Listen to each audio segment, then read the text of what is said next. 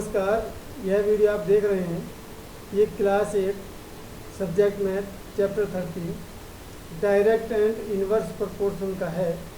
इस वीडियो को सुनकर के आप डायरेक्ट और इनवर्स प्रोपोर्शन से रिलेटेड क्वेश्चनों को सोल्व करने का प्रयास कर सकेंगे। सबसे पहले आपका आता है इंट्रोडक्शन ऑफ प्रोपोर्शन। प्रोपोर्शन क्या होता है? देखिए, जब दो सेम रेशो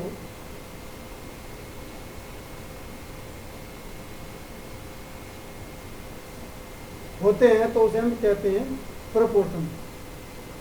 यानी इसमें a an equally of two ratio is called a proportion for quantities A B C D. इसमें चार संख्याएं होती हैं।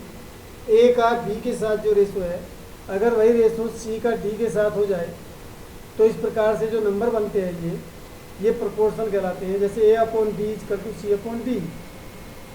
और जो इसके बाहर के टर्म्स होते हैं, जैसे ए और डी है, इसे हम बोलते हैं एक्सट्रीम टर्म, और जो इसके अंदर के होते हैं उन्हें बोलते हैं मिडिल टर्म्स।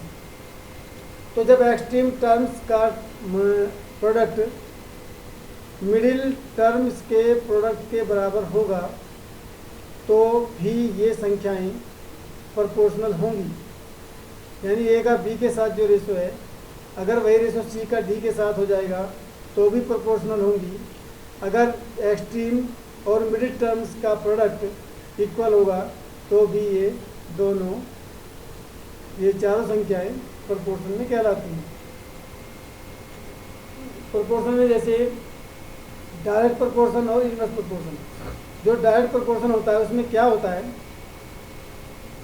एक वस्तु जिस डायरेक्शन में बढ़ती या घटती है, दूसरी भी उसी डायरेक्शन में कम या ज़्यादा होती है, तो इस कंडीशन को हम बोलते हैं डायरेक्ट प्रोपोर्शन। और इनवर्स प्रोपोर्शन में इसका उल्टा होता है। एक चीज़ बढ़ती है तो दूसरी उसी रेशो में घट जाती है, या एक चीज़ घटती है दूसरी उसी रेशो में बढ़ जाती है, तो उसे इनवर्स प्रोपोर्शन कहते हैं। डायरेक्ट प्रोपोर्शन का एग्जाम्पल आप समझ सकते हैं। जैसे ये दोनों देखो एग्जाम्पल दिखाए हैं, एक्स और वाई एक ही डायरेक्शन में बढ़ रही हैं या घट रही हैं। एग्जाम्पल इसका समझ सकते हैं। मान लीजिए अगर आपकी क्लास में 10 स्टूडेंट हैं और एक स्टूडेंट को 2 पेंसिल देनी है, और अगर स्टूडेंट की संख्या 10 के बजाय 20 हो जाए तो हमें जो पेंसिल देनी है उनकी संख्या बढ़ जाएगी।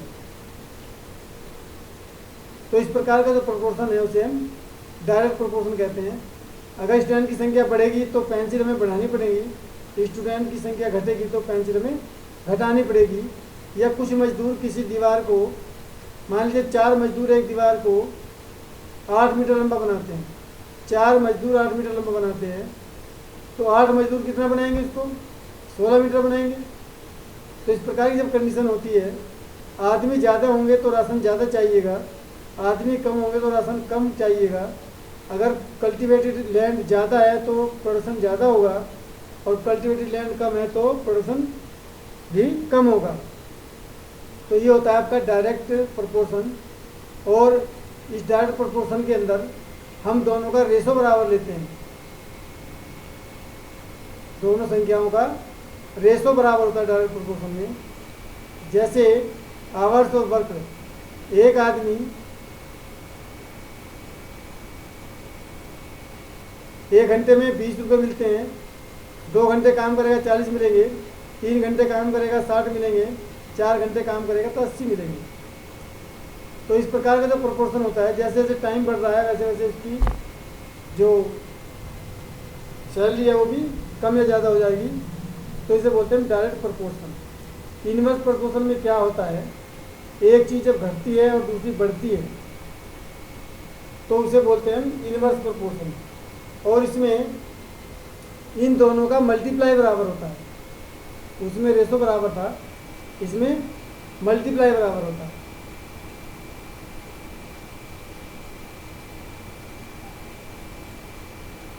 देखिए, डायरेक्ट प्रोपोर्शन में इसका रेशो बराबर होता है, और इनवर्स प्रोपोर्शन में इनडायरेक्ट में इसका मल्टीप्लाई बराबर होता है। और यहाँ पर के जो है कांस्टेंट वैल्यू है। देखिए आप ये इनडायरेक्ट प्रोपोर्शन ग्राफ्स मैन और डेज। देखिए मान लीजिए the table below show the number of days to make a house which is indirectly proportional to the number of man.